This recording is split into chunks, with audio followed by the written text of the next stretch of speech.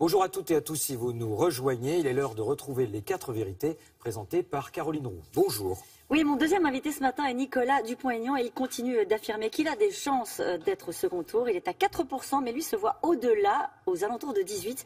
Hier, pour son dernier meeting, il a ciblé François Fillon, qu'il a accusé d'avoir pris la campagne en otage.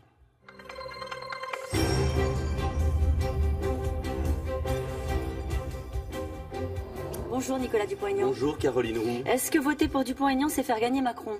Oh, sûrement pas. C'est ce que dit François Fillon ce matin. Oui, mais c'est curieux d'ailleurs, je ne comprends pas très bien François Fillon, car il a quasiment le même programme que M. Macron. D'ailleurs, il voulait le recruter comme directeur de cabinet à une époque. Et en vérité, il ne veut pas contrôler les frontières comme M. Macron. Il veut supprimer la durée légale du travail comme M. Macron. Il veut une purge pour la sécurité sociale, ce qui fera un drame pour nos retraités qui devront s'assurer dans des entreprises privées, qui d'ailleurs l'ont subventionné, AXA. Moi, vous savez, je suis un gaulliste social. J'ai jamais changé de conviction. J'ai toujours été droit dans mes comportements. Et je dis aux Français, cette vieille histoire du vote utile. Mais oui, c'est un argument massif utilisé ce matin par François Fillon.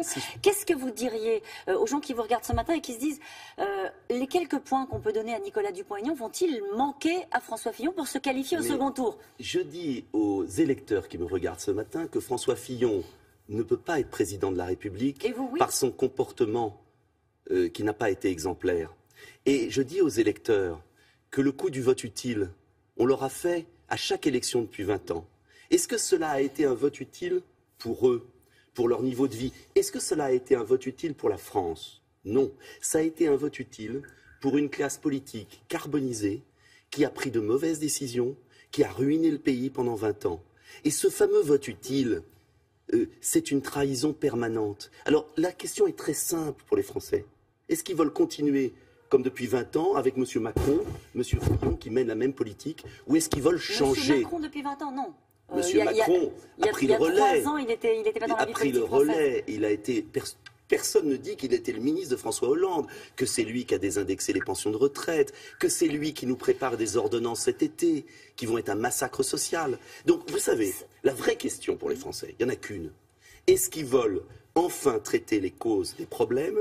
Et est-ce qu'ils veulent le faire avec des gens sérieux ou avec M. Mélenchon ou Mme Le Pen? Le problème, c'est à un moment donné le principe de réalité, Nicolas Dupont-Aignan. Mais quelle réalité? Est-ce que vous considérez qu'au fond, toutes ces enquêtes d'opinion qu'on lit chaque jour sont totalement hors sol? Est-ce que vous me diriez ce matin que vous avez autant de chances que François Fillon d'être au second tour de cette présidentielle? Parce que les Français doivent savoir que M. Fillon, face à M. Macron ou Mme Le Pen, il perd à tous les coups. Vous non? Et donc, non, parce que j'ai eu un comportement exemplaire et que j'ai un programme sérieux.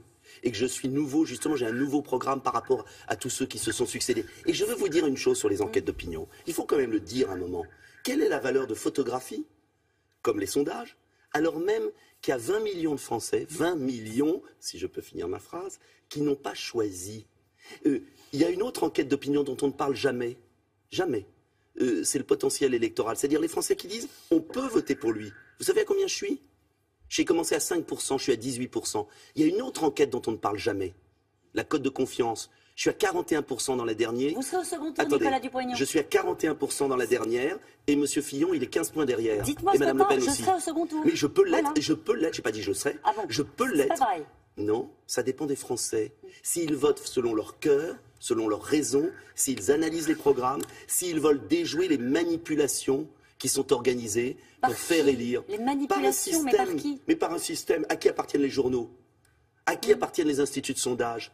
Est-ce que les Français veulent continuer la vie politique qu'ils ont connue depuis 20 ans ou est-ce qu'ils veulent changer? Et est-ce qu'ils sont aptes à décider par eux-mêmes? Vous êtes victime d'une manipulation, d'un complot, du système? Pas moi, le peuple français. Tout a été fait pendant cette campagne pour survaloriser des individus qui sont aux ordres d'une mauvaise politique. Est-ce que vous êtes venu avec votre téléphone portable ce matin qu'on en finisse avec ces histoires de SMS? Non, mais...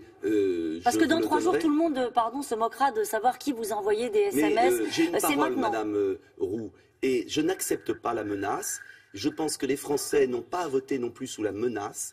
Je vais dire aux Français, ceux, notamment les millions, qui veulent s'abstenir ou voter blanc, ils ont l'occasion inespérée que cette présidentielle, c'est peut-être l'une des dernières libres, de voter selon leurs pensées profondes. C'est juste que vous êtes un adepte des coups d'éclat, parfois avec un certain talent. Vous avez dit j'ai été menacé par l'équipe Fillon, m'a demandé de me retirer, etc. À un moment donné, on verra, il nous reste quelques jours. À un moment donné, on vous demande clairement de présenter les messages pour qu'on en finisse. C'est très clair, je le ferai.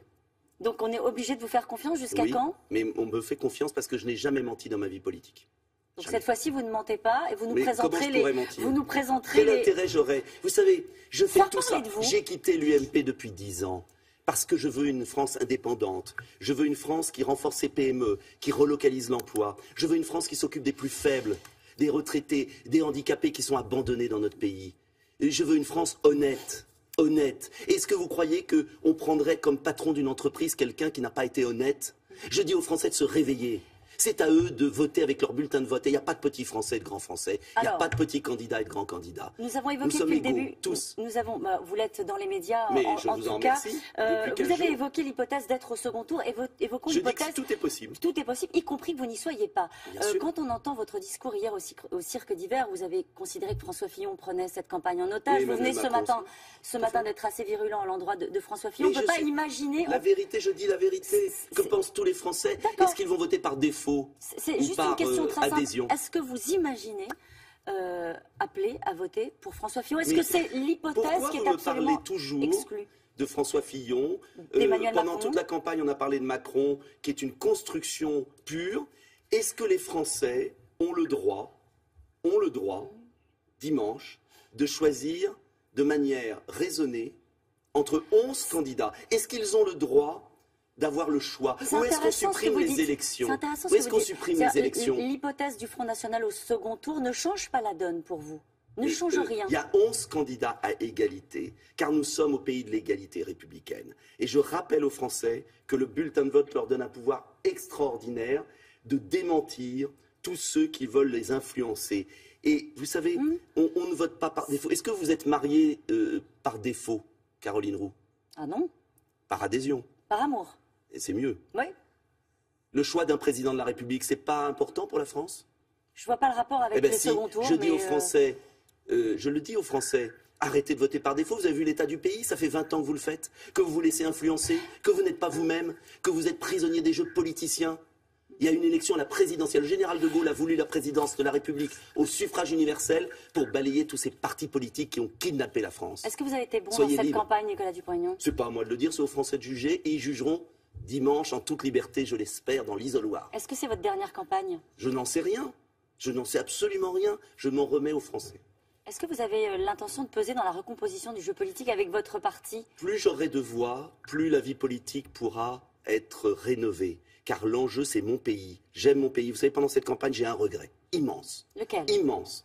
C'est qu'on a parlé des hommes politiques, de leurs affaires, de leurs petites histoires. Comme toujours. Non. Et c'est la France qui est malade.